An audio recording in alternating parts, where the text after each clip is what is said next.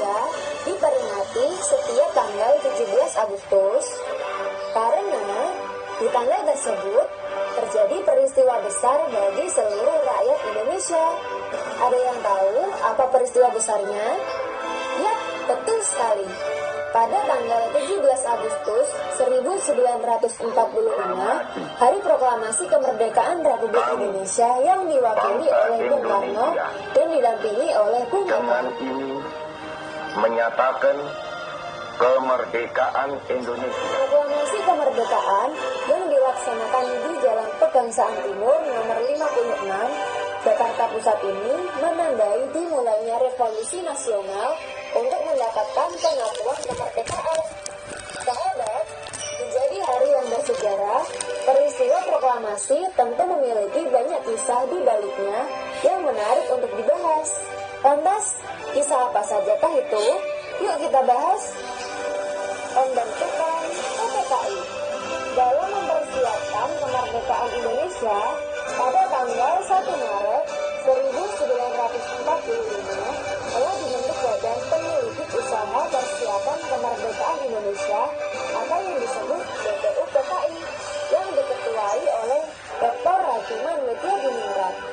Pada tanggal 6 Agustus 1945, Amerika Serikat menjatuhkan bom atom ke kota Hiroshima yang secara otomatis menurunkan semangat tentara Jepang di seluruh dunia. Memanfaatkan momen ini, dibentuklah Panitia Persiapan Kemerdekaan Indonesia atau PPKI sebagai pengganti BPUPKI untuk mewujudkan kemerdekaan Indonesia. Ditambah lagi, bom atom kedua kembali dijatuhkan ke Nagasaki yang menyebabkan Jepang menyerah pada Amerika Serikat. Tahukah sahabat, siapa pemimpin PPKI? Sosok yang dipilih untuk memimpin PPKI adalah Insinyur Soekarno yang juga merupakan anggota golongan tua. Insinyur Soekarno dan Dr. Andes Muhammad Hatta selaku pemimpin PPKI beserta Dr. Rajiman Widyadiningrat sebagai mantan ketua BPUPKI bertemu Marshal Terauchi di Dalat, Vietnam untuk membahas kemerdekaan Indonesia yang akan diberikan Jepang setelah mengalami kekalahan oleh Sekutu. Sementara itu, pada tanggal 10 Agustus 1945, Sultan Syahrir yang termasuk dalam golongan muda mendengar berita lewat radio bahwa Jepang telah menyerah pada Sekutu. Akibat berita tersebut, para pejuang pun bersiap-siap untuk memproklamasikan kemerdekaan dan menolak kemerdekaan Indonesia yang hendak diberikan oleh Jepang. Kembalinya dari Dalat, Soekarno didesak oleh Sultan Syahrir agar segera memproklamasikan kemerdekaan karena menganggap hasil pertemuan di Dalat hanya tipu muslihat Jepang untuk menyerahkan kekuasaan Indonesia ke tangan Sekutu. Namun, Soekarno belum yakin bahwa Jepang memang telah menyerah, dan pelaksanaan proklamasi kemerdekaan saat itu justru dapat menimbulkan pertumpahan darah yang besar. Beliau juga mengingatkan bahwa yang berhak memproklamasikan kemerdekaan adalah PPKI. Tanggal 14 Agustus 1945, Jepang resmi menyerah pada Sekutu di kapal USS Missouri dan berjanji akan mengembalikan kekuasaan Indonesia ke tangan Sekutu. Mendengar berita tersebut melalui radio BBC, golongan muda mendesak golongan tua untuk segera memproklamasikan kemerdekaan Indonesia. Sementara itu, golongan tua tidak ingin terburu-buru dan merekomendasikan konsultasi pada rapat PPKI. Hal ini pun ditolak oleh golongan muda karena menganggap PPKI adalah bagian bentukan Jepang. Mereka menginginkan kemerdekaan atas usaha sendiri, bukan karena kemerdekaan sebagai hadiah dari Jepang. Di sisi lain, Soekarno dan Hatta bersama Sudarjo ke kantor Bukanfu, Laksamana Muda Maeda di Jalan Medan Merdeka Utara untuk meminta konfirmasi. Maeda menyambut kedatangan mereka dengan baik. Namun, ia menyampaikan bahwa belum ada instruksi apapun dari Tokyo. Sepulang dari Maeda, Soekarno dan Hatta mempersiapkan pertemuan PPKI pada pukul 10 pagi tanggal 16 Agustus di kantor Jalan Pejambe nomor 2 guna membicarakan segala sesuatu yang berhubungan dengan persiapan proklamasi kemerdekaan. tekanan para pemuda yang menginginkan segera dilaksanakannya proklamasi membuat rapat yang direncanakan batal. Peristiwa Rengas Dengklok. Tahukah sahabat, apa itu peristiwa Rengas Dengklok? Sahabat, peristiwa Rengas Dengklok atau dikenal sebagai penculikan Rengas Dengklok merupakan salah satu peristiwa bersejarah dalam perjalanan proklamasi loh.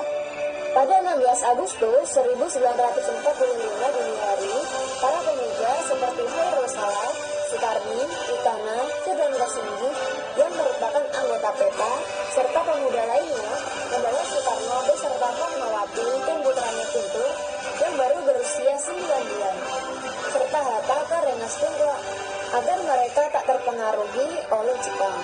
Para pemuda pun meyakinkan Soekarno bahwa Jepang telah menyerah dan para pejuang siap melawan Jepang apapun resikonya. Di sisi lain, golongan muda seperti Wikana dan golongan tua seperti Ahmad Subarjo merundingkan pelaksanaan proklamasi yang rencananya akan dilakukan di Jakarta. Dengan diantar Yusuf Unto, Ahmad Subarjo pun menjemput Soekarno-Hatta kembali ke Jakarta. Penyusunan teks proklamasi. Tanggal 16 Agustus 1945, Jenderal Mayor Nishimura menyampaikan bahwa Jepang harus menjaga status quo atau kekosongan kekuasaan dan tidak mengizinkan persiapan kemerdekaan Indonesia sebagaimana yang telah dijanjikan oleh Marsekal Terauchi di Dalat, Vietnam. Hal ini membuat Soekarno-Hatta semakin yakin untuk segera memproklamasikan kemerdekaan. Bersama dengan Ahmad Subarjo dan pejuang lainnya, Soekarno-Hatta menyusun teks proklamasi di kediaman Laksamana Maeda.